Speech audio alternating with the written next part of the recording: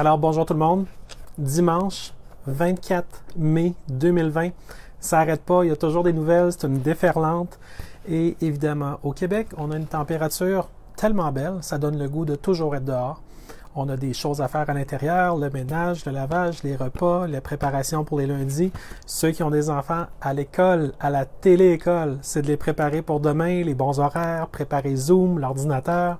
Et ceux qui envoient leurs enfants au primaire, ben là, c'est de les préparer avec le lunch, les choses. Ça s'en vient, il faut être prêt. Alors, évidemment, merci beaucoup à tous d'être là. La dernière fois que vous avez été là pour moi dans le live, vous avez été nombreux. Probablement que ce sera la même chose ce soir. J'ai des nouvelles qui valent la peine d'être entendues. On va commencer avec quelque chose qui est un petit rappel. Après ça, on va tomber dans des nouvelles qui sont intéressantes pour plusieurs raisons. Mais on a eu une manifestation qui s'est produite devant le Parlement à Québec, devant l'Assemblée nationale, le 17 mai 2020. Il y avait plusieurs personnes qui y étaient afin de présenter, si vous voulez, l'idée que le déconfinement devait arriver parce qu'on est rendu là. Et des gens qui se sont déplacés pour le clamer haut et fort ont été infiltrés dans la foule par un collaborateur ou journaliste ou collaborateur journaliste de FM 93, un gars qui s'appelle Alexis Sanson, qui a dit dans le FM 93 sur le titre de la nouvelle, Alexis est allé jaser avec les manifestants et entre parenthèses, c'est marqué complotiste contre le confinement qui était devant l'ASNAT hier et c'est pas glorieux FM 93. Alors, ce genre de renseignements-là qu'on peut voir dans des médias qui se disent des grands médias, des médias qui se disent des médias de masse, ils perdent du monde, hein, parce que c'est pas du bon journalisme, c'est vraiment de la nouvelle qui est de nature sensationnaliste, qui est de nature à vouloir humilier les gens qui ont une opinion différente que celle qu'Alexis Sanson a. Et il est libre d'avoir son opinion, mais il devrait avoir à tout le moins du respect pour les gens qui ont une opinion différente de la sienne et qui s'expriment dans les moyens qu'ils ont. Et les moyens que les gens avaient cette journée-là, c'était d'aller devant le Parlement, dire ce qu'ils avaient à dire et s'exprimer librement, comme les citoyens du Québec, de manière pacifique, aiment le faire. On a le droit de s'exprimer, on a le droit de dire des choses. Et puis, si Alexis Sanson du FM 93 n'aime pas cette façon-là, qu'il en propose une autre. Mais pour l'instant, c'est une façon qui permet de convoyer le message. Si certains n'ont pas le verbe que lui, il a, parce qu'il a un bon langage, il y a peut-être un jugement qui me correspond pas du tout à mes valeurs, mais par contre, il y a un bon langage. Ça ne veut pas dire qu'il faut qu'il se moque des gens qui n'ont pas le même niveau de langage que lui. Si quelqu'un a quelque chose à dire et qu'il utilise des mots différents des siens pour le dire, même si ces mots-là ne sont pas ceux que lui aurait choisis, il faut qu'il respecte la personne. Et ça, dans le reportage que j'ai entendu à la radio, je n'ai pas entendu ce genre de respect-là. Il faut savoir que, je pense que c'est à peu près une semaine avant, ce même Alexis Sanson-là avait fait un reportage pour annoncer que le vaccin s'en venait, celui qui est développé à l'Université Dalhousie, évidemment en bonne partie avec des fonds publics. Donc, si Alexis, une semaine, fait un reportage pro-vaccin et puis qui dit « Ouf, ça nous prend ça, vite amener un vaccin et tout », puis la semaine suivante, il va aller voir des gens qui manifestent pour le déconfinement et qui majoritairement sont des gens, des libres penseurs qui ont fait leurs recherches et qui sont majoritairement contre les vaccins. Le principe de l'immunité, tout le monde est pour. Tout le monde est pour. Écoute, le corps humain est une machine d'immunité, donc c'est sûr qu'on est pour ça. Mais la manière dont on acquiert notre immunité, ça, c'est la différence. Les Québécois, ceux qui réfléchissent, ceux qui pensent, ceux qui ont fait leur idée là-dessus parce qu'ils ont lu, se sont renseignés, ils savent très bien que l'immunité, ça s'acquiert de différentes manières. L'immunité, la meilleure de toutes, le gold standard, c'est l'immunité naturelle à large spectre. Cette immunité-là est acquise parce qu'on a été en contact avec un virus réel et qu'on l'a battu parce que notre santé était maintenue, parce qu'on a fait attention à ce qu'on mangeait, on a fait attention à nos habitudes de vie et on était prêt lorsque c'est arrivé. Il peut y avoir des moments où on va avoir besoin d'un petit coup de pouce avec du repos, de la vitamine C, moins de stress et de l'eau, du soleil. C'est des choses toutes simples, hein? Mais il peut y avoir un besoin pour quelque chose d'un petit peu plus musclé, mais à quelque part, d'être à la radio comme Alexis Sanson et de demander la venue le plus vite possible d'un vaccin alors qu'on ne mentionne aucune autre alternative pour augmenter la qualité et la force de son système immunitaire, à mon sens, c'est irresponsable. puisqu'il existe chez l'humain des façons extrêmement bien connues dans la médecine naturelle de faire attention à son corps, de faire attention à sa santé et, au passage, d'augmenter la qualité de son système immunitaire. Notre système immunitaire change, comme nous. À chaque seconde, on est toujours en train de changer, on est toujours en train de s'améliorer, toujours en train de grandir. Il y a des cellules qui meurent en dedans de nous, il y en a qui naissent. Alors, avec notre pouvoir d'intention, on est capable de mettre une intention positive là-dessus. Toute notre santé ne dépend pas que de la physiologie. Il y a plein de choses autour. Donc, ça, ce n'est pas des concepts qui intéressent Alexis. Il s'est promené dans la foule, comme il l'a dit, un peu incognito, et il a finalement posé des questions à des gens qui lui ont répondu honnêtement, des réponses tout à fait franches. Puis lui, il a tourné ça en ridicule en les traitant de complotistes. Pas tous, mais il a appelé quand même, Alexis est allé jaser avec les manifestants complotistes, entre parenthèses, contre le confinement qui était devant la SNAT hier, et c'est pas glorieux. Ben, coudonc, si c'est pas glorieux pour un monsieur comme Alexis Sanson, qui est jeune, puis qui travaille pour un grand média, ben la bonne nouvelle, c'est que c'est peut-être un badge d'honneur pour tout le monde qui était devant l'Assemblée nationale. Hein? Parce que les gens qui étaient là, eux, avaient quelque chose à dire. Puis Alexis, s'il avait rien à dire, lui, ben ça le regarde. Mais on travaille dans l'amour. On travaille pour lui aussi. Si on se retrouve dans une société qui ne tombe pas dans la dictature, qui ne tombe pas dans le totalitarisme, qui enlève des libertés, ben ce sera bon pour lui aussi. Donc, on est tous gagnants. Mais en même temps, on doit revenir au fondement, où est-ce qu'on veut, nous, dans la société, avoir un discours qui est plus élevé, qui est plus sage, et pas nécessairement traiter les gens de complotistes. C'est tout. Plutôt simple, hein? Alors, je passe tout de suite à une autre nouvelle parce que je le sais que vous êtes là à vous demander qu'est-ce qui s'est passé aujourd'hui. Et là, j'ai mes pages qui sont à l'envers. Je vais mettre la bonne page dans le bon ordre parce que mon imprimante est rendue qu'elle imprime à l'envers. Ça qui arrive quand on ne peut plus rien faire réparer. Hein? Bon, il y a NBC Dallas aux États-Unis qui ils ont dit « Les inventeurs ont développé un masque de coronavirus qui vous permet de manger sans l'enlever.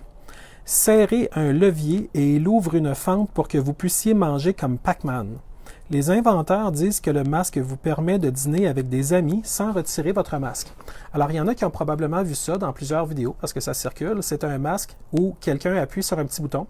Et là, le masque ouvre et les gens se nourrissent et ensuite le masque se referme.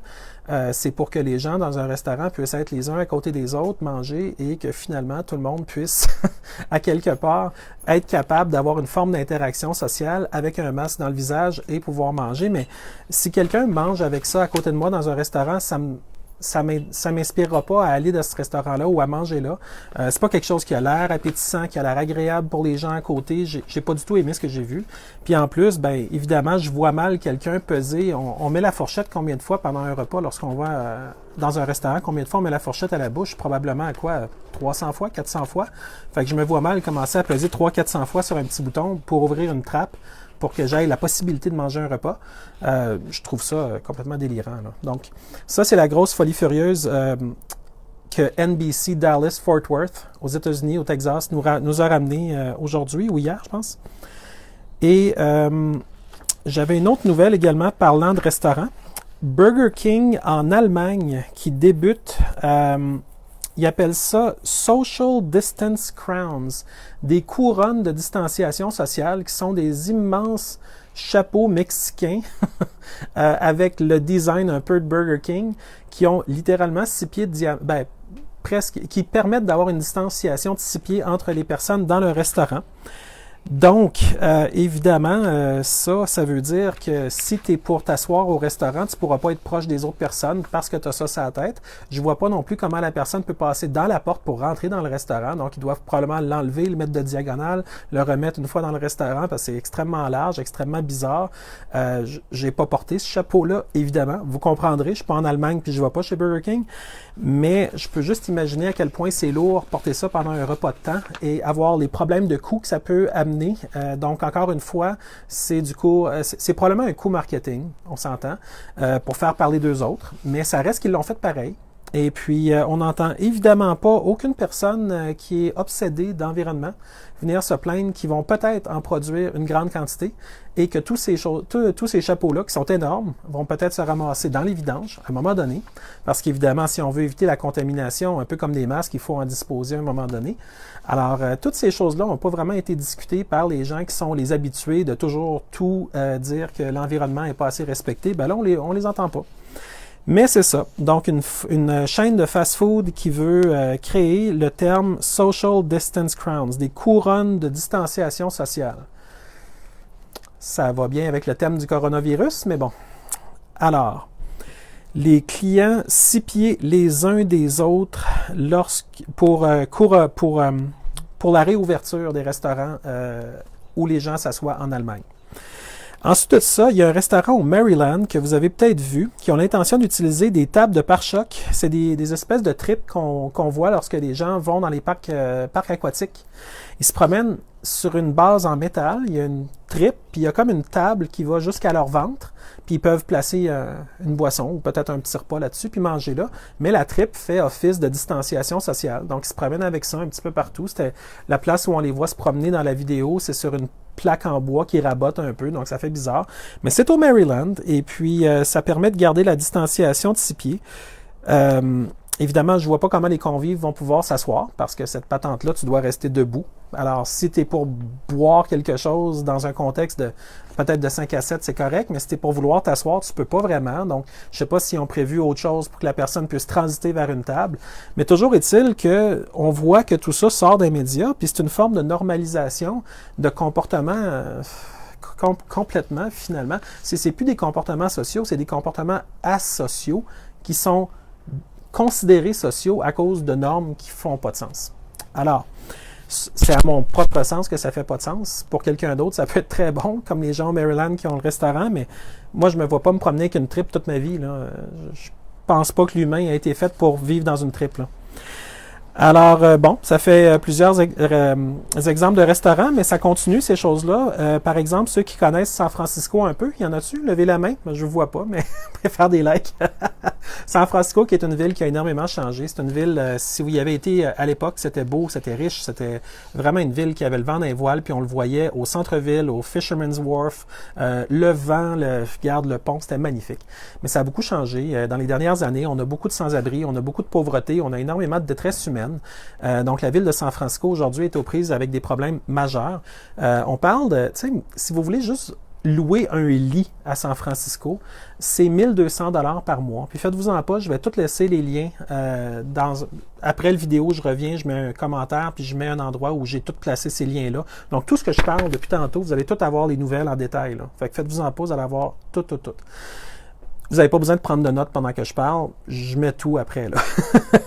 Mais c'est très cher vivre à San Francisco et on se rend compte que non seulement ça coûte très cher, mais quand les gens veulent aller prendre un peu de soleil dans le parc, parce que là-bas, ben, c'est beaucoup étagé, puis les gens n'ont pas forcément une belle grande cour arrière ou quoi que ce soit, ils sont obligés d'aller dans des parcs pour finalement prendre un peu d'air. Ben, le Dolores Park, qui est dans le district de Mission à San Francisco, qui est le district emblématique de la vie de San Francisco, le district de Mission, le Dolores Park, ils ont fait ce qu'ils appellent des cercles de distanciation sociale. Donc, ils ont fait à la craie des cercles sur le gazon partout dans le parc. Quand on regarde d'en haut, là, parce que ça, c'est NBC, je pense, qui a sorti cette nouvelle-là. Je suis pas sûr, je pense que c'est NBC, mais je suis pas sûr, je revérifierai. Toujours est-il que quand tu regardes d'en haut, tu vois, il y a des cercles partout dans le parc. Il y en a moi, je n'ai vu à peu près une centaine, donc il y en avait vraiment beaucoup. Et puis, tu vois des gens qui sont à l'intérieur du cercle. Tous les cercles ne sont pas pris, mais les cercles qui sont pris, les gens sont à l'intérieur du cercle. Il y en a qui sont jusqu'à 4, 5, 6 sur l'image que moi j'ai vue. Puis ils sont tous collés dans le cercle de 6 pieds. Voyez-vous? Si ça, c'est pas une forme de prison, je sais pas ce que c'est. Un parc n'est pas censé être un endroit où les gens sont collés dans des petits cercles. C'est censé être un endroit où tu cours, où tu marches, où tu ris, où tu regardes les fleurs, où tu te promènes, où tu vois les autres. Pas tout le temps être dans le même cercle de 6 pieds puis tourner d'un bord puis de l'autre. Je veux dire, oui, tu prends de l'oxygène puis du soleil, mais à part de ça, tu n'as pas l'expérience de parc. À quelque part, tu pourrais être sur ton balcon puis ça ferait la job.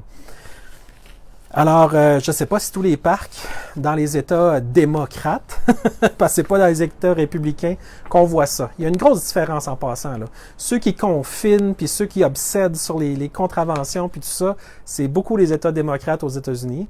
Puis en Ontario, au Canada, qui a malheureusement, des dérives vraiment bizarres en passant. Je ne sais pas qu'est-ce que Doug Ford a mis dans ses céréales le matin, mais il s'est fait élire en voulant défendre les banlieues, en voulant défendre des impôts plus bas, en voulant défendre finalement la classe moyenne, puis les gens qui n'ont pas le temps de s'occuper de la politique, qui ont dit donnez-moi un mandat, je vais aller vous représenter. C'était pas mal ça le pitch. Puis là, il est rendu qui fait à peu près tout ce que l'OMS demande en criant tralala. Fait que ça n'a plus de bon sens, là.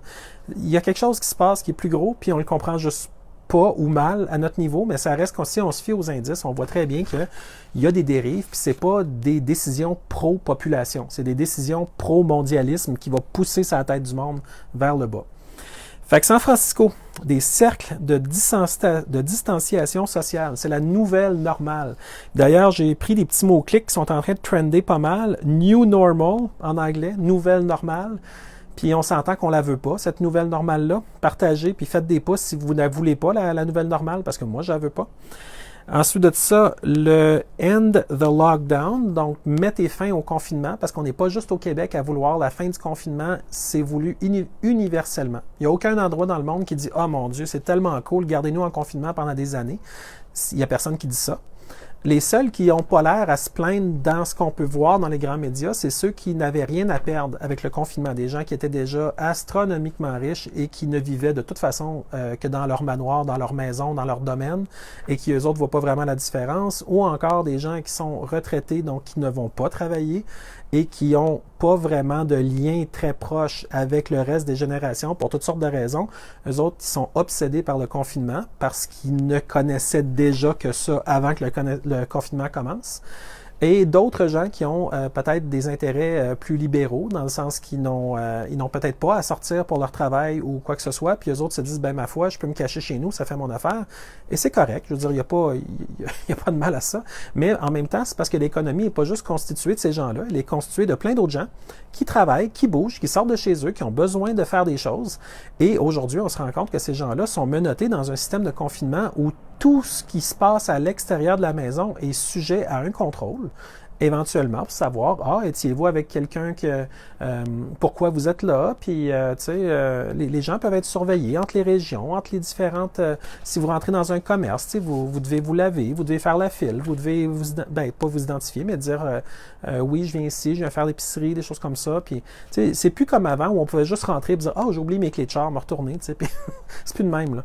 Maintenant, c'est très, très balisé. Fait que le fait qu'il y ait des États démocrates qui soient très insistants pour le confinement, puis le fait qu'au Québec, il y ait encore du confinement, tout ça, c'est des questions qui sont brûlantes d'actualité. Je sais qu'il y a des gens qui ont manifesté devant le Parlement le 17 mai 2020 et qui ont demandé le déconfinement. C'est toujours pas arrivé, mais il faut comprendre que c'est pas juste au Québec que ça se passe. Il y a quand même 4 milliards d'humains qui sont affectés directement par les conséquences du coronavirus.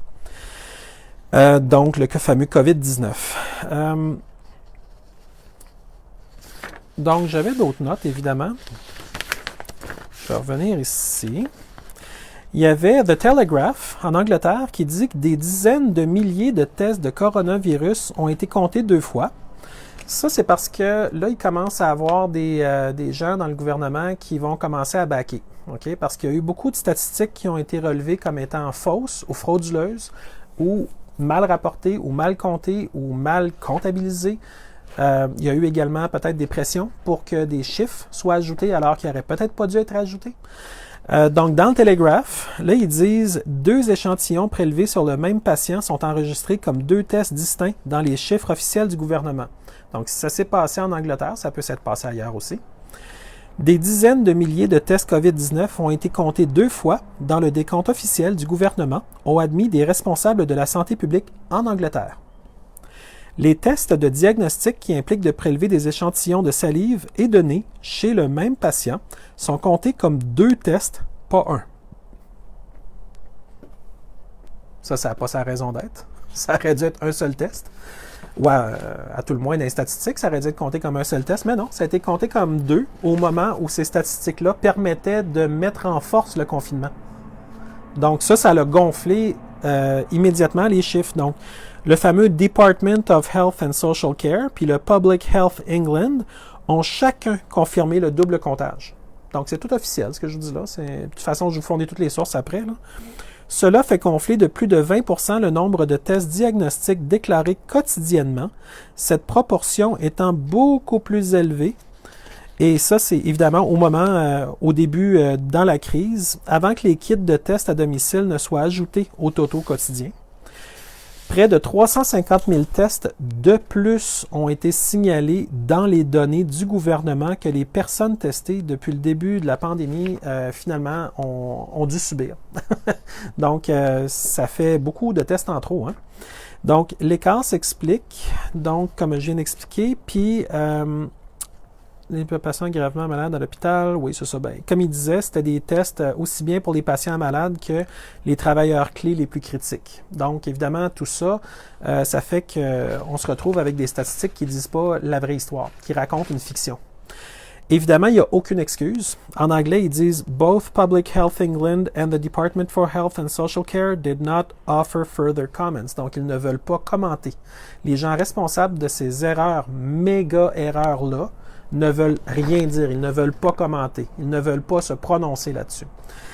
Et ça, bien évidemment, c'est un énorme problème, hein, parce qu'à travers le monde, on se rend compte que nos organisations publiques fournissent des informations qui peuvent être vraies, qui peuvent être fausses, mais s'il y a des erreurs, il faut absolument qu'il y ait un suivi là-dessus. Il ne faut pas juste qu'ils disent « Ah, on s'est trompé », puis ils continuent. Il faut qu'il y ait des... fermer une économie comme en Angleterre, puis ils le font au Canada aussi, puis au Québec aussi, ça a des conséquences absolument astronomiques et gravissimes, là. C'est très gros ce qui se passe. Alors que ces gens-là disent on s'est trompé, mais qu'ils ne s'excusent pas. L'excuse aurait été un strict minimum, mais on comprend qu'ils ne s'excusent probablement pas pour ne pas être tenus légalement en disant, ben vous l'avez admis que vous excusiez de tout ça, donc là, il faut réparation. Ben, c'est probablement pour ça qu'ils ne s'excusent pas, mais bon. Oui, il y a eu des nouvelles qui parlaient, entre autres, de Anthony Fauci, qui, après des semaines, qui n'a rien dit, là, il dit le déconfinement aux États-Unis peut se faire si c'est bien fait. Donc là, c'est l'espèce de carotte et de bâton, là, dans le sens que la carotte, c'est oui, on peut déconfiner, puis le bâton, c'est mais vous devez respecter tout ce que les bonnes façons de faire pour le déconfinement vont être. Et puis, on ne sait pas vraiment c'est quoi ces façons-là. Donc, c'est évidemment encore une espèce de jeu de valse-hésitation au niveau de Anthony Fauci. Pendant que Bill Gates, de plus en plus, est évidemment la cible des gens qui comprennent, qui voient clair, qui regardent exactement ce qui se passe du côté de Gates et sa relation avec l'Organisation mondiale de la santé. Évidemment, il y a beaucoup de joueurs dans l'Organisation mondiale de la santé qui sont privés. C'est 80% du financement qui vient du privé, seulement 20% qui vient des États. Donc, on comprendra que Bill Gates emmène très large avec ses investissements qu'il a fait dans le domaine pharmaceutique à différents niveaux. Et aujourd'hui, on voit que Bill Gates se consacre entièrement, apparemment en tout cas, au fameux projet ID 2020. Donc maintenant que les histoires de vaccins, c'est pas mal enclenché, puis que là, tous les médias de la planète font les perroquets, puis ils disent ça nous prend des vaccins partout, bien là, lui, il va aller se concentrer pour ID 2020, qui va être la fameuse identification digitale qui va permettre de faire une forme de ségrégation sociale, à savoir que si tu n'as pas eu ton chip de vaccin qui dit que tu as eu ton vaccin, il y a une forme bio-numérique quelconque qui confirme que tu as été vacciné, ben, tu ne pourras peut-être pas aller travailler, tu ne pourras peut-être pas aller dans un restaurant ou dans les épiceries ou dans les magasins. Alors tout ça, évidemment, c'est une énorme escroquerie pour quiconque veut garder son droit plein et entier de ne pas être vacciné, mais de faire très attention à sa santé quand même. Tout le monde veut protéger son immunité. Ça, c'est universel, mais c'est pas tout le monde qui veut être vacciné parce qu'on comprend très bien qu'un vaccin va concentrer la compétence du système immunitaire. Et ça, le danger, c'est que quand tu concentres, ben, tu es moins couvert sur les côtés parce que tu as eu une concentration pour le virus inoculé qui a été intégré à ton corps, mais pas forcément sur quelque chose de large. Donc, quand le virus qui est mutagène t'attaque avec une variante, tu es moins prêt, puis tu peux finalement être en proie à être très malade quand même. Alors, évidemment, tout ça, ça fait en sorte qu'aujourd'hui, on se ramasse avec des propos du docteur Anthony Fauci qui sont, encore une fois, difficiles à suivre pendant que Bill Gates, lui, se concentre sur l'ID 2020, pendant que le monde entier se réveille sur c'est qui Bill Gates, pourquoi il fait ce qu'il fait, comment il le fait. Donc, toutes ces choses-là, ça se dévoile tout en même temps.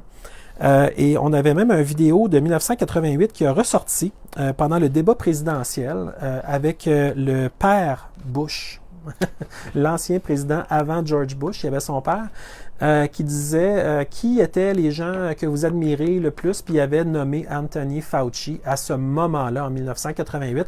Fait que ça fait juste colorer le portrait que les histoires de Nouvel Ordre mondial, parce que c'était vraiment le père Bush qui en avait parlé avec le plus d'aplomb à cette époque-là, ça se prépare depuis très longtemps. Donc, quand on dit qu'on assiste à une forme de pièce de théâtre, bien, le théâtre auquel on assiste, c'est une pièce qui est préparée depuis longtemps. Si on se fie au narratif qu'on voit, parce qu'on retrouve des petits morceaux de puzzle comme ça un petit peu partout à travers le chemin, ou encore c'est juste des hasards, puis je vais aller m'acheter un billet de loterie dès ce soir. Alors, évidemment, les amis, on a vu beaucoup de petits-enfants dans les vidéos, pas juste dans YouTube, on en a vu dans Twitter, on en a vu dans d'autres réseaux sociaux, où des enfants sont interviewés par leurs parents, puis ils se font demander, puis comment tu trouves ça, le retour à l'école? Les enfants ne sont pas enchantés du tout de l'école primaire. Ils se disent, premièrement, je ne peux pas avancer à moins de 6 pieds d'un de mes amis, fait que je ne peux plus lui chuchoter rien à l'oreille, je ne peux plus lui parler juste à lui, il faut comme que je parle fort, puis je ne peux plus être avec mes amis, puis avoir des discussions, puis jaser de ce que j'aime, parce que c'est quelque chose qui ne se fait pas quand tu es à 6 pieds. Les enfants sont tout seuls, ils sont dans leur prison, sur leur petit X, puis dans leur petit cercle. Fait que les enfants n'aiment pas ça, sont traumatisés, tu le vois dans leur visage, ça leur fait pas du tout. Il y en a qui disent, ben j'y vais quand même, puis je comprends qu'il faut que j'y aille, mais tu sais, je vois bien que par les vidéos qu'on a vues, tout le monde en passant, je suis pas tout seul à les avoir vues, il y a beaucoup de monde qui a vu ces vidéos-là, clairement ça va pas là. Ça va pas. Puis les écoles primaires, les professeurs aussi sont pas enchantés de ça. Là, ils parlent de peut-être faire des tests à chaque fois que les gens rentrent dans les écoles, que ce soit des profs ou des enfants. Puis il y a beaucoup de profs qui, là, ils allument. T'sais, là, ils voient que ça n'a plus de bon sens. Le Purel, il y a des enfants que les mains ont été brûlées au Purel. OK? Il y a des produits chimiques là-dedans. Là. C'est pas juste d'alcool. Là. C'est pire que ça. Là. Donc, il faut comprendre que la peau, ça dessèche si les gens tuent toutes les bactéries naturelles. Le film de bactéries naturelles et bonnes et bienveillantes que vous avez sur les mains, si vous les tuez à coups de Purel, bien, vous n'avez plus de protection naturelle. Vous avez que le Purel, tu sais. Alors, il faut comprendre que tout ça, c'est donc un processus qu'il faut être extrêmement vigilant. Puis quand on fait ça pour des enfants, bien, doublement vigilant. Et actuellement, au Québec, on sent qu'il y a eu peut-être de l'anticipation de retourner à l'école rapidement, puis il n'y a peut-être pas eu une réflexion très complète sur ces questions-là. Et ces réflexions-là devraient avoir lieu. Les parents qui ont des enfants en école primaire, soit qu'ils les gardent, soit qu'ils vont à l'école puis ils posent des questions, parce que clairement, présentement, il y a des choses qui ne font pas consensus. Donc, ces choses-là n'ont pas été discutées. Le fait de ne plus avoir d'éducation physique, le fait que les enfants ne peuvent pas avancer à moins d'attendre que l'autre personne en avant sur la ligne de 6 pieds soit avancée. OK, tu peux avancer. C'est comme une prison. C'est comme une prison. Il n'y a plus autant d'amis dans la classe. C'est plus la même dynamique. Beaucoup de questions demeurent. Les fameux professeurs qui sont les aides pédagogiques qui viennent appuyer finalement le travail du professeur, comment est-ce que ça fonctionne? Parce que pour venir puis donner des aides sur les papiers devoirs, ben faut être capable de s'approcher des élèves. Là, c'est plus possible. Donc, les abreuvoirs sont tous inaccessibles. Il y a tellement de choses qui ont changé, les amis. C'est complètement différent. Puis là, on a une compagnie qui est basée en Beauce qui veut faire des espèces de petites cabines dans lesquelles tu passes, comme un détecteur de métal un peu à l'aéroport. Ça a un peu le même aspect. C'est pas identique, mais ça a un peu le même aspect. Que les gens passent au travers, puis ils seraient vaporisés, atomisés par probablement un liquide antibactérien quelconque. J'ai pas tous les détails là-dessus, mais tout le monde a vu cette nouvelle-là passer. Donc, imaginez si tout ça devait se retrouver dans les écoles. Ça voudrait dire qu'en plus d'avoir les mains brûlées au Purel, les enfants pourraient se ramasser avec des problèmes d'irritation cutanée un peu partout. Ils pourraient se ramasser également avec des problèmes pulmonaires s'ils devaient respirer l'atomisation de je sais pas quel produit qu'ils vont mettre sur les enfants. Donc, ça fait beaucoup de choses qui se passent présentement. Les cibles sont toutes en mouvement. Et il y a des Québécois qui, pendant ce temps-là, disent on ignore l'éléphant dans la pièce, à savoir que l'économie est en train de nous péter d'en face. Puis si l'économie nous pète d'en face comme elle pète là, elle pète pas pour tout le monde à la même vitesse. Il y en a que ça continue, les salaires vont bien, tout va bien, la vie est belle. Et tant mieux. On veut que ça aille bien pour tout le monde. On s'entend, on travaille dans le cœur, on travaille dans l'amour, on veut que tout le monde soit bien et dans l'abondance des bonnes choses. Mais il y en a qui n'ont pas eu la chance encore de se préparer pour arriver là, ou qui travaillent très fort pour y faire venir, puis là, leurs efforts, ça a tout tombé. Ceux qui avaient investi dans un commerce qui, présentement, doit demeurer fermé, qui ont travaillé peut-être des décennies pour se rendre où ils sont rendus, puis là, tout à coup, pouf, ça les éclate au visage. Bien là, ils sont dans le trouble, ils n'arrivent pas à s'en sortir comme ils voudraient. Les moyens sont très limités au niveau du gouvernement. Ceux qui pensent que tout le monde a de l'aide, c'est pas exactement comme ça que ça marche. Il y en a qui ont beaucoup d'aide, puis il y en a d'autres qui ont absolument rien. Donc, c'est pas exactement bien réparti, là. Donc, on se retrouve avec beaucoup de gens qui se retrouvent du jour au lendemain avec des problématiques financières très réelles. Il y a des gens qui... moi, j'en reçois beaucoup des messages, puis en passant, là, soyez pas impatients. Là, si jamais vous m'écrivez, sachez que j'ai un haut volume de messages. Là, donc, je peux pas répondre à tout le monde tout de suite. Je lis vos messages, mais je peux pas toujours répondre. Mais j'en reçois énormément de gens qui me disent les armoires sont vides, le loyer puis l'hypothèque n'a pas changé pour personne. Hein. Ça a tout resté très haut. Puis les compagnies de cartes de crédit, tout ça, les ententes qu'ils font, c'est peut-être de diminuer un petit peu l'intérêt, peut-être de donner un petit 3 mois, mais après ça, il faut que tu payes. Je veux dire, il n'y a pas de bonté divine. Hein. J'espère que vous comprenez que nos gouvernements qui les financent, ces transnationales-là, puis ces gens-là qui sont astronomiquement riches, ben, ils ne financent pas les petits rouages en bas. Ils ne financent pas les gens qui, peut-être comme vous, ont toutes les raisons du monde de vouloir avancer dans la vie en travaillant fort, mais qui n'y arrivent pas parce que là, ils ne peuvent pas travailler, leur emploi est supprimé ou ils ne peuvent pas y aller ou il y a toutes sortes de contraintes. On a un sérieux problème. On a un sérieux problème et les politiciens ne font qu'enlever, que supprimer des libertés. À chaque fois qu'on les entend à TV, ils en enlèvent. Des fois, ils en remettent une pour en enlever une autre. T'sais. C'est tout le temps de la valse hésitation, puis à chaque fois, on recule. On recule au niveau des libertés. Fort heureusement, il y a Stéphane Blais, qui est chef de la formation Citoyens au pouvoir, qui travaille avec sa fondation, avec Rocco Galati, afin de faire une injonction pour que cesse l'abus contre les citoyens. Alors, il faut, de ce côté-là, continuer à l'appuyer. Il est passé à l'émission d'André Pitre, au studio. Il y avait des invités de renom. Ceux qui étaient là, évidemment, nous ont encore une fois prouvé à quel point ils sont très au courant des nouvelles. Et il faut absolument les encourager. Il faut continuer à leur donner notre appui. Notre appui, ça commence avec le cœur. Ensuite, ça va avec nos actions. Puis, si on peut encourager, ben, si vous pouvez encourager Stéphane Blais, allez-y. Parce qu'il en a besoin. Écoute, il s'est reposé ce week-end, mais il va recommencer en force, comme il le fait toujours à chaque semaine, probablement demain. Et il a besoin de notre appui. Puis, si vous pouvez écrire un petit message à Stéphane, juste pour lui dire, regarde, on est avec toi, lâche pas. Il est sur Facebook. Écrivez-lui, ça va lui faire du bien. Pas pour l'enterrer, vous pouvez marquer, réponds-moi pas, je sais que tu es occupé, mais ça va lui faire du bien de sentir qu'il n'est pas tout seul là-dedans puis que les gens l'encouragent. C'est très important, la gang. Hein? On est en train de jouer gros. Puis un gars comme Stéphane Blais, il faut le soutenir, il faut l'aider. Puis s'il fait quelque chose, ben c'est déjà plus que ce que le gouvernement fait pour nous. Là. Le gouvernement n'arrête pas d'en prendre, de nous supprimer. Puis il faut juste aller à l'épicerie une fois pour voir à quel point notre liberté, notre vie sociale nous a été prise. Et elle ne reviendra probablement jamais si on ne va pas, nous, la chercher. C'est pas pour la chercher par la force, c'est la chercher en se respectant nous-mêmes et en disant « je me respecte et je te respecte ». Mais en tant que personne qui est capable de penser par moi-même, je suis capable de me respecter assez pour dire que je ne veux pas faire la file comme pour aller au parc d'attractions à chaque fois que je vais à l'épicerie. Alors, ça doit cesser. On doit revenir à une forme de normalité qui ne comprend pas ce genre de choses-là, ni des aérosols que je reçois d'en face comme une espèce de détecteur de métal à l'aéroport. On va revenir à ce qu'on avait et on va trouver le moyen de vivre ensemble en se prenant en main tout le monde dans la conscience et dans la pleine santé.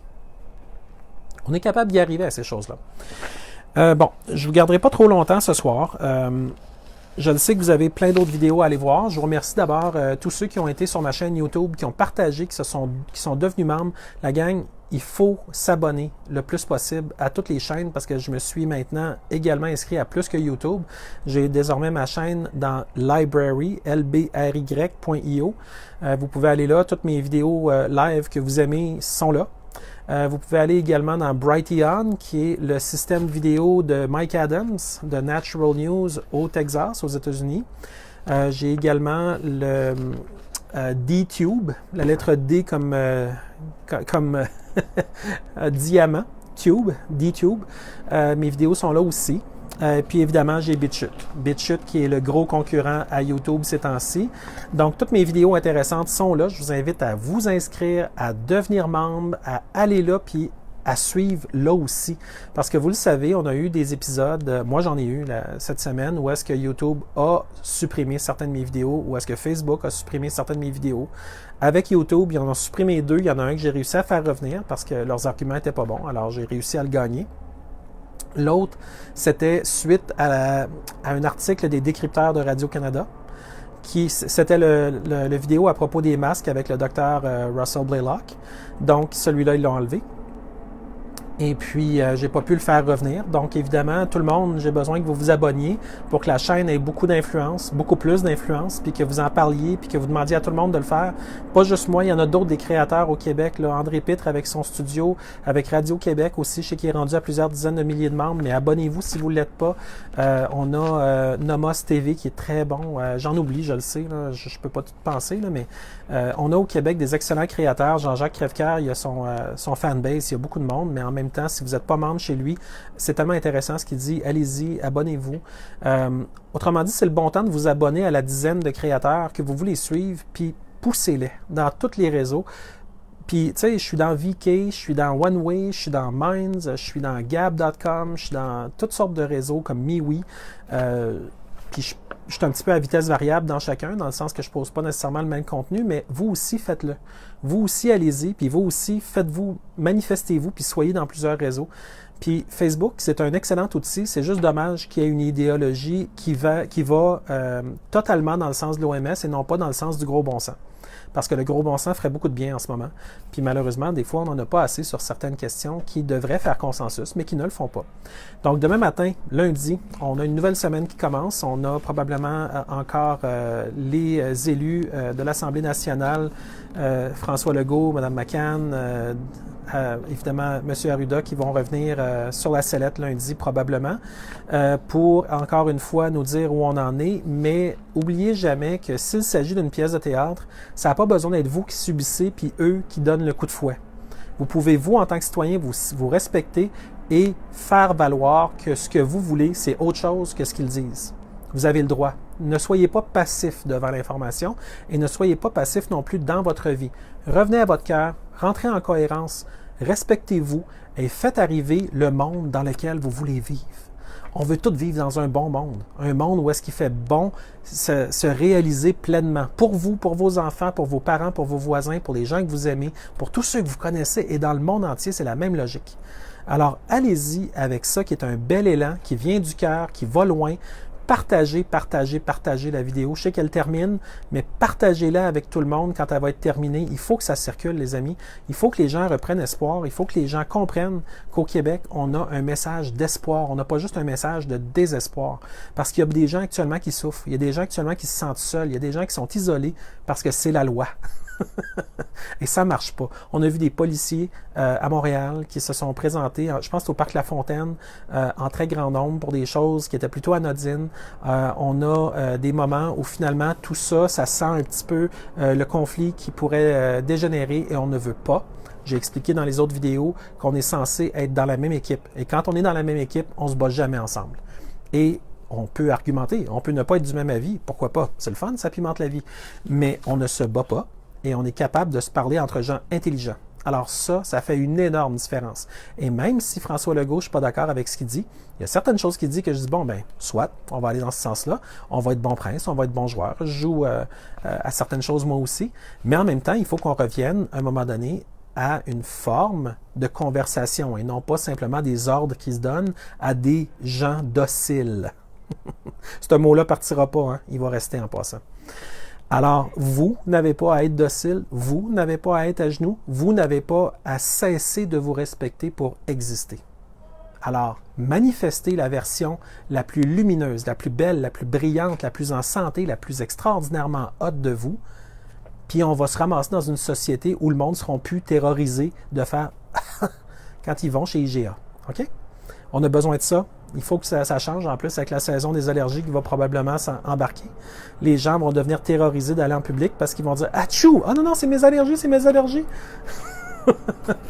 OK? Il y a plein de choses qu'il faut qu'on voit ensemble, puis il faut qu'on les voit maintenant.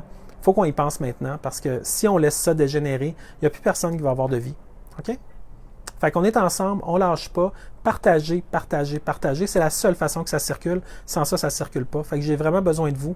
Puis je vais le mettre sur YouTube après. Venez le partager également avec YouTube.